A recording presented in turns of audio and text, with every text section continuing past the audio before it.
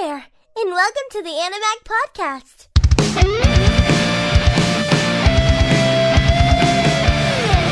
Hey, and welcome back to Animag, baby, the #1 anime podcast on the planet. It's your host, Asylum, sitting here with... Thomacus. Oh, dude, you got a long pause on that one. Yes, I did say I would do 2 seconds last time. Oh, did you? Yes. It's about 1.5 seconds right there. I'm looking at the little time span thing. We're back, guys. Episode 4. This pretty- episode. That long pause that you just heard is exactly how we both feel about this episode.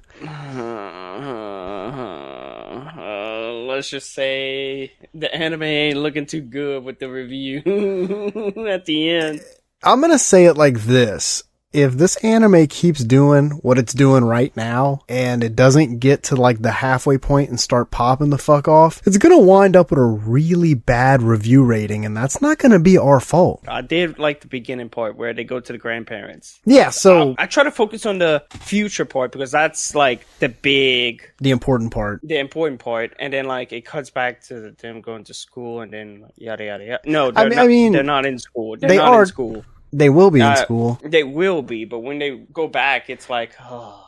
Slow down there, buckaroo. You're freaking Speedy Gonzalez here. We gotta fucking slow roll this shit. This dude's 1 minute in, he's like, grandma's, and she runs after him in scene. Shitty episode. Scene. You gotta slow roll that shit, man. It did start off at the grandma's. That's a future scene right there. They're visiting his home, which is what they called it, which is just his grandma's house. Mm-hmm. He would talk about them, especially Naho. Yeah, Naho starts like reflecting about how she could never really gain the courage to talk to him. And she remembered that, I don't know if it was on the day that he killed himself, or if this was reflecting into the future towards the end of this episode when she said he had something that he wanted to tell her that day. Yeah, that was for this episode. Okay, I thought so, but then my brain, for whatever reason, made me think that it was on his suicide day. And I'm like, wow, that's fucked up. That is. Just gonna sit there and think about this at his grandma's. And this all happens, like the grandma scene, this is all before the song even kicks in. Mm-hmm. This episode started off kind of heavy. Usually the future scene would be played at the beginning or either the end. Yeah, I mean, it would make no sense for them to go into a future scene in the middle of the dang episode, you know? The episode fully starts out after the credit roll and all that with Kakeru being on a date with Ueada. Oh, shut the fuck up. He was not interested. No, this dude looks so bored. He's just like staring off into space. Fake-ass smile. He gave us fake-ass smile. I know that was a fake-ass smile. Dude, the rest of the gang is like shopping and getting ice cream and shit, and he's just like, ugh. I'm fucking with this bitch. bored out of his mind. And also, yeah, this episode fully put Ueada into perspective for me. Fuck that bitch. Fuck that bitch. First off, she's a bully. Second off, she's clingy. We're gonna get into all this. I took a few notes. She thinks she's hot, but she's not. She thinks she's hot, but she has not seen Chizuru. That's the thing. Oh, I just liked her for the outside. Every girl that thinks they're hot... What the fuck? You tell me you're looking at that Ueada or whatever the fuck that is. Wait a man. I don't give a fuck. I do not care if I pronounce her name right or wrong. She's a bitch. Ueada is a bitch, bro. I don't know if Naho was thinking about this I think it was while they were shopping, but she was thinking about what happened to the note that she wrote to him that said no. Mm-hmm. It did have like a little scene where she thought about that, and then it just slips into them being at school. And Kakeru, this scene pissed me off, dude. Kakeru's got the balls to have a girlfriend and walk right up to Naho and ask her why she didn't wake him up. No. Yeah, he goes, hey, why you didn't wake me up? Yeah, he walks up to her at the lockers and he's like, why didn't you wake me up? And she's like, bro, you have a girlfriend. You got a girlfriend now. Like, stop being a fucking weirdo, dude. Ask your fucking girlfriend to wake you up. Kakeru was probably like, well, I was trying to see if my side chick was gonna wake me up and make me lunch. It's the one thing he's done so far that just kind of pissed me off. Yeah. And then Naho also explains to him that because of that, she didn't make him a lunch. Because you know what? I don't blame her. Naho, you're better than being just a side piece. Don't be making this dude no lunches. Let Ueada's ugly ass make his lunch. Oh, but if it was Chizuru and she had a boyfriend. Well, yeah, I'd make her a lunch.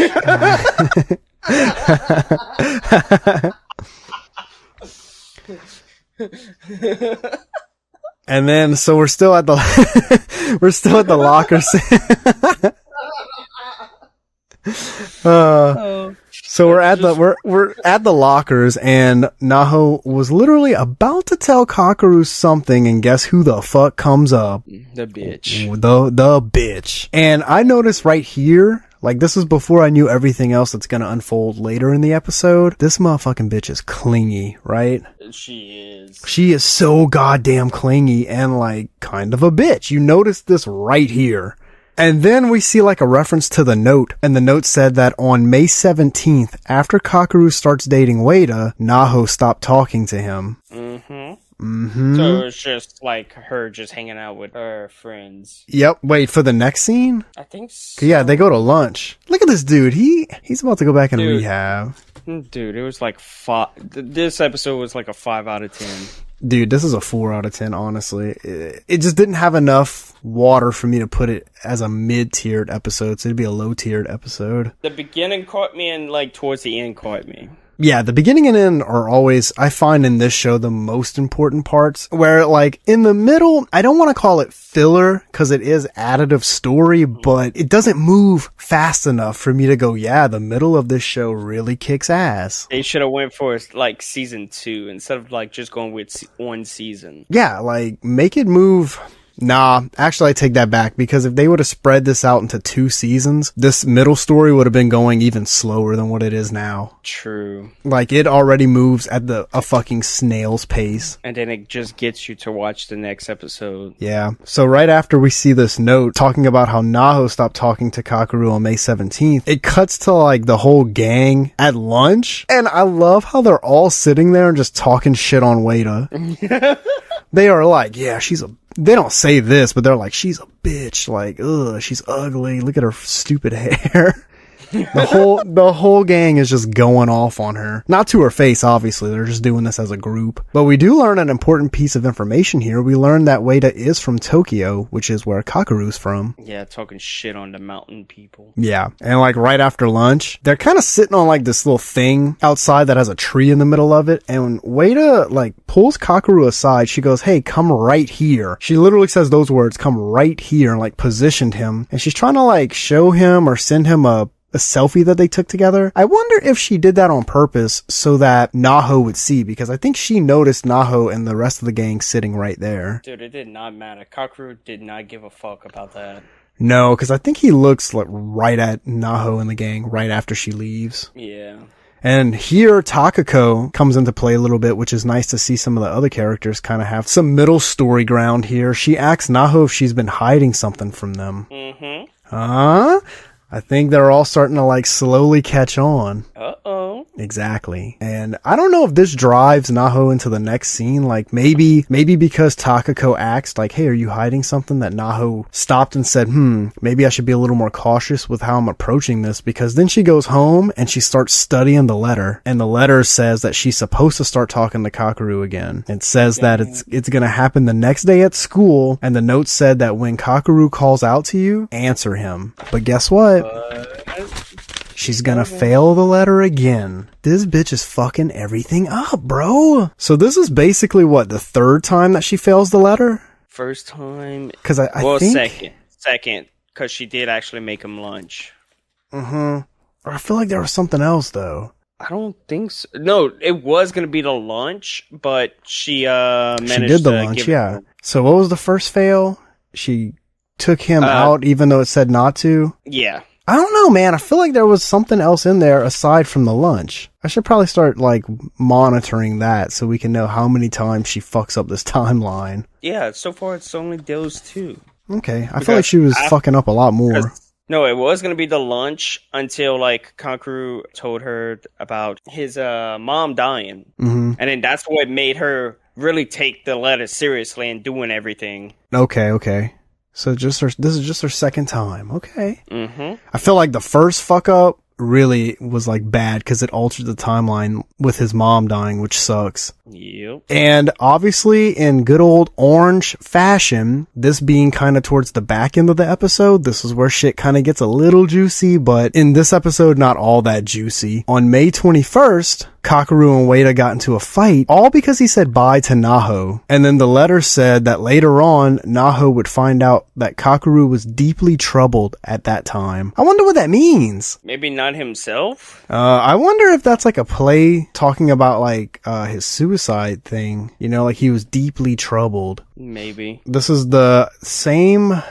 I don't think it was the same day, actually. Ueada winds up like, no, this was the same day. He like tells her bye. He goes, bye, Naho. And then Ueada comes running and knocks Naho down, trying to get to Kakeru. And this dude got pretty mad about it. And then guess what happens? In true toxic girl fashion, Ueada blows up on him. Don't ever want to see you talk to this girl ever again. Yeah, she's like, don't fucking talk to her. Like, going off on this dude for nothing. And Kakeru is just fucking ignoring her. Of course. You don't put up with toxic traits like that, man. Kakeru puts his hand out. Ueada was like, oh, I can't believe you. Yeah. Runs off. Like, get out of here, bitch. Bitch, you ain't even that cute. No. She needs a reality check. She needs to look up some pictures of Chizuru. And like right after this is when Naho comes, she like runs into Sua on the stairwell.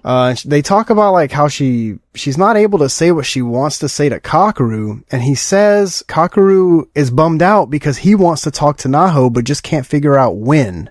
Oh yeah, because Sua was like, yeah, his mind ain't set on soccer. He's mainly focused on you, on telling you something. It's basically a scene where like she's saying she likes him and wants to talk to him, and then Sua's like, well, yeah, he likes you and wants to talk to you also, but y'all are both two dumb, shy people. Like, just fucking do it.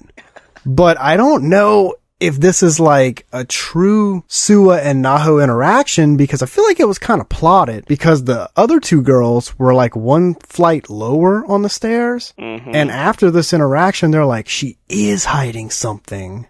And like, I don't know, that feels a little slimy to me. If you're her real friends, you're not gonna fucking... It's funny that they didn't catch on that Naho has fallen in love with Kakeru. No, I think they did catch on. They want to know what she's hiding from them. Ooh. I feel like they know... Not necessarily about the letter, but they know she's acting weird about something. And it's definitely not her being in love with Kakeru. That's literally obvious. You can see the way she acts around him. And finally, we get to the real juicy part of the episode, the very end of it, which I thought was honestly what saved it for me, because it would have been rated lower without all this. I guess the stairwell interaction with Sua saved it. Well, I feel like the Sua stairwell interaction kind of like pushed Naho to say, fine, maybe I should go talk to Kakeru, because then she chases after him and says that she's sorry for not answering him, because remember like when he called out to her and she didn't, she ran away, she went and apologized for that, then says, but there is still something bothering you, right? And he said something, I can't remember what he said. He pretty much says like, yeah, but scoffs it off like, yeah, it's no big deal. Yeah, that's a question I had, is like when she says but there's still something bothering you, I wonder if she's referring to like she knows, because she's obviously thinking about what the letter said right here, where the letter said, you know, she would come to learn that he was deeply troubled that day. So is that like her asking about his mental state, or is that her just being dumb and just asking like, you want to talk about Ueada? Mental state. It's got to be about his mental state, right? Yeah. And then finally we get the news we all fucking want to hear. Kakeru and Naho go sit on a bench, and he says what we all want to fucking hear. He's been thinking about breaking up with Ueada.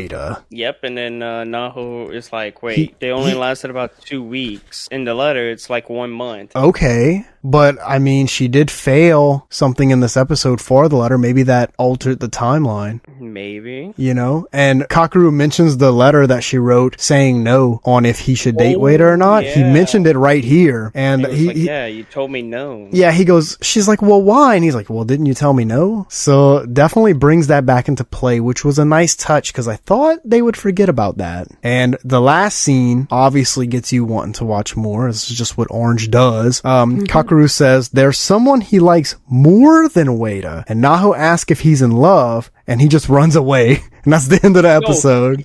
He tells her it's a secret. I mean, yeah, but that's literally even worse than just running away. He's like, oh, it's a secret, and runs away like a fucking weirdo. Yeah. Like, just fucking tell her. Stop. Damn it, I want to watch more. Stop. I want to watch good episodes. That's the thing. This one's gonna get a 4 in my book. I didn't think it was all that great. It's gonna get a 5. It had just enough to keep me interested. Any less, and I would start to question why we're even doing this anime. But I'm putting a lot of my faith into the fact that we're probably going to start getting a lot of action about midway. And this is 4, so by the next episode or the 6th episode, I think we're going to really start getting some shit popping. Yeah, but 5 or 6, yeah, we should get some good stuff. I hope, because I mean, collectively, we're going to put both of our tallies together. So your high scores are definitely going to help it. But if I had to rank it off of just mine right now, the show gets like a 4.5 in the calculator. And that is not a good grade, but it's a good show. I feel like in the final, when we review the entire season, in the last episode that we're going to do, if it gets a low score, we're going to have to explain that. This is a good show at the end of the day. It has a great story. It just moves so slow. But you could also binge watch this show pretty easy. Yeah. Because the episodes aren't that long and... It's not that bad, but like, it wants you to watch more. Yeah, it wants you to keep going. I love how it makes you want to drag on. This show wants you to binge watch it. This show, oh my fucking trash. God, that was trash. This show does not want you to watch it how we're watching it, one episode at a time, and then talk about it. This show wants you to just hammer the entire season in one go. Yes. So, I don't know. At the end of it all, maybe I will say for this particular anime that maybe it's just better to read the manga. Maybe. You know, I feel like I could find a cutoff point in the manga where I could stop and put it down. But the show, I don't want to sit here and watch the whole show, but I have so many questions I feel like I have to. That was basically episode 4, guys. Not so really. You don't have any questions. No, that's pretty much it. Okay, that's good. I mean, I feel like I'm pretty caught up on what's all happening. She failed the letter again. I couldn't do this in real life because I would be so meticulous, I probably wouldn't fail anything. If that letter would tell me to fucking reply to him when he called to me, I would, as soon as he would have halfway said my name, I'd have been like, huh? Because I ain't trying to fuck this shit up. Because, like, there was that one scene where she was, like, relating, like, her future self. Yeah, you could have done it how you are now, but, like, in my state, I can't do that because I'm shy and all that shit. Yeah, so basically it says that when she gets older, she's not as shy as she was back then. I do remember that. Yeah, she goes, easy for you to say, you're not shy or some shit like that. True. I forgot about that. That's also the thing about this show. As good as it is, if you don't sit and take notes, you're gonna forget some of the shit that happens. Especially on this episode. And exactly. And I don't know if that's a good or bad trait, man. I don't find it to be a good trait for an anime. I want to remember the entire episode because the whole thing slapped. But I also don't want to feel like I'm talking shit about this anime because it's not bad. So that was this week's episode. Not really that exciting. I'm pretty sure we're going to get to some pretty spicy stuff soon, hopefully. Because if the rest of this anime rides out like this, the rest of our podcasts are going to be kind of dull. There's just not much, there's not a lot to reflect on out of this one, and it didn't give me a whole bunch of questions to ask. I want to see some crazy shit. In my book, this is a 4, whatever. That's what it gets. 5. Look at this guy, always rating them high. Always rating them high. This was like my lowest. I don't think this was a mid-tiered episode, man. I think this is below mid. I'm hoping I don't see anything lower. I do have some lower score. I have this as at a 4, and I think that's the lowest I've gone so far. I think right now I have a 5.5, 4.4. I think I have like a 6.7, 7.5. God damn! This dude with the fucking IGN ratings over here. and I'm not doing this deliberately. This is honestly how I'm scoring the show. Cause we do our scoring out of 10. I want people to get nervous when they hear that Animag's reviewing their anime. Cause like IGN is, okay, yeah, they're gonna give it a 9 or a 10 for every episode, but Animag's gonna give you the truth. Look, if the bitch gets slapped in one of these episodes, 10 out of 10. If Ueada dies, 10 out of 10. If she gets bitch slapped, 10 out of 10. 9 out of 10. She will get bitch slapped. You already told me. Fuck! That's why I always tell you, man, save it for the podcast. Save it for the podcast. Hope you guys enjoyed this episode, and we will see you next week for the next episode. Have a good one, and so long, everybody. Sayonara. Thank you for listening. Be sure to visit our website at www.animag.org. See you next time.